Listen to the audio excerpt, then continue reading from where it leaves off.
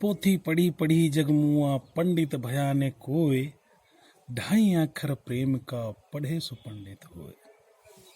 दोस्तों, इस दुनिया के अंदर सबसे बड़ा है वो है प्यार। प्यार, लव, प्रेम, स्नेह, ममता, वात्सल्य, ये सब प्यार की परिभाषाएं हैं, उदाहरण हैं उनके। प्यार पिता को पुत्र से हो सकता है, माँ को बेटे से हो सकता है, पति को पत्नी से हो सकता है, दोस्त को दोस्त से हो सकता है, भाई को बहन से हो सकता है, या फिर भाई को भाई से हो सकता है।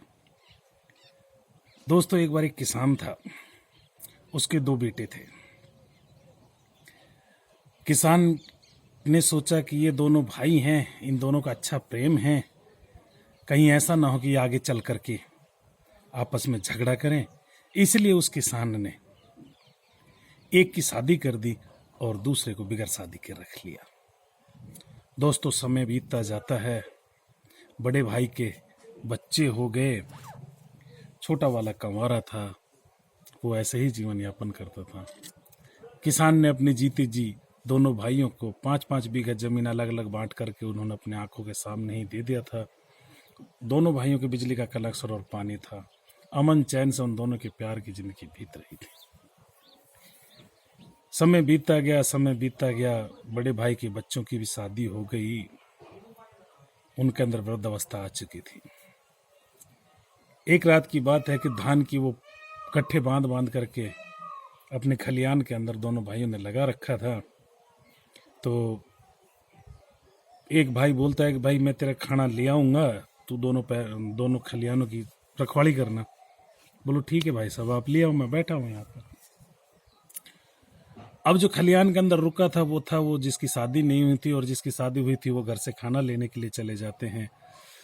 दोस्तों, रास्ते में वो सोचता हुआ जा रहा था कि यार भाई हैं, मेरे तो बच्चे हो गए, बड़ा परिवार हो गया, साले कमा खा लेंगे, लेकिन यार भाई का क्या है, वो बेचारा अकेला है, वृद्धावस्था आ गई उसकी, और अब आगे वो इतना सक्षम भी नहीं रहेगा काम करने के।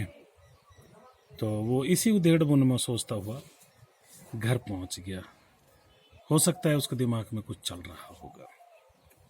इधर जो वो छोटा भाई बैठा हुआ था जिसकी शादी नहीं हुई थी, उसके दिमाग में ख्याल आ रहे हैं कि यार इसके बच्चे हैं, बीवी हैं, पोते पोती हैं, पूरा बड़ा परिवार है, और मेरे बराबर इसकी ज़मीन है, इनका गुजारा हो नहीं पा रहा होगा, और मेरा तो क्या है, मैं तो एक पेट हूँ, मेरे को तो 2 बोरी धान मिल गया तो उसमें भी मेरी पूरी साल निकल जाएगी, मेरा कौन सा एक्स्ट्रा खर्चा है, क्यों ना मैं 10-20 गट्ठर इनके खेत में डाल देता हूँ, इनके खलियान में डाल देता हूँ, जिससे इनके अनाज ज़्यादा हो जाएगा।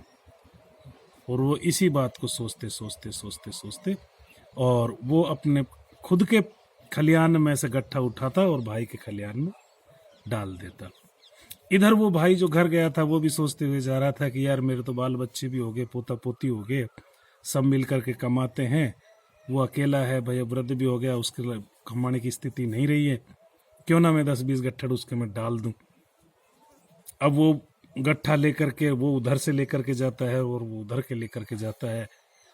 दूसरे या तीसरे राउंड कर दोनों आमने सामने हो जाते हैं। उसके सिर पे भी गट्ठा होता है और उसके सिर पे भी गट्ठा होता है। वो उधर से उधर ढो रहा था, वो उधर से उधर ढो रहा था, दोनों का वहाँ मिलान हो जाता है। दोस्तों, उन दोनों को मिलान हुआ, दोनों की आंखें नम हुई।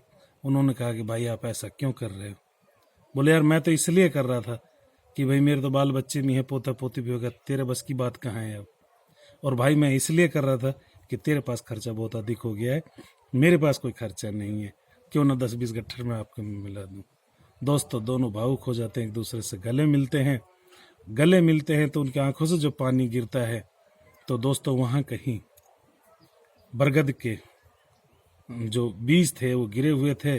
कहते हैं कि उन दोनों भाई की आंखों से जो आंसू गिरे थे उससे वो पौधा हरा हो गया, और आज वो पौधा जापान के अंदर प्रेम प्रेरणा के नाम से मशहूर है। आज भी वो वहाँ मौजूद है। तो दोस्तों, प्रेम है जो भाइयों का प्रेम, पति पत्नी का, पूरे समाज का प्रेम इसी तरह का होना चाहिए जिससे सबके दिलों के अंदर अपनापन बना रहे। दोस्तों, इस कहानी के माध्यम से मैं सिर्फ आपको यही संदेश देना चाहता था कि हमें चाहे जो भी हो जाए, हमारा जो प्रेम रूपी स्वभाव है उसको नहीं छोड़ना चाहिए। कहा है ना कि पोथी पढ़ी पढ़ी जगमुआ, पंडित भयाने कोय, ढाई अक्षर प्रेम का पढ़े सो पंडित होए। इन्हीं शब्दों के साथ जय हिंद, जय भारत।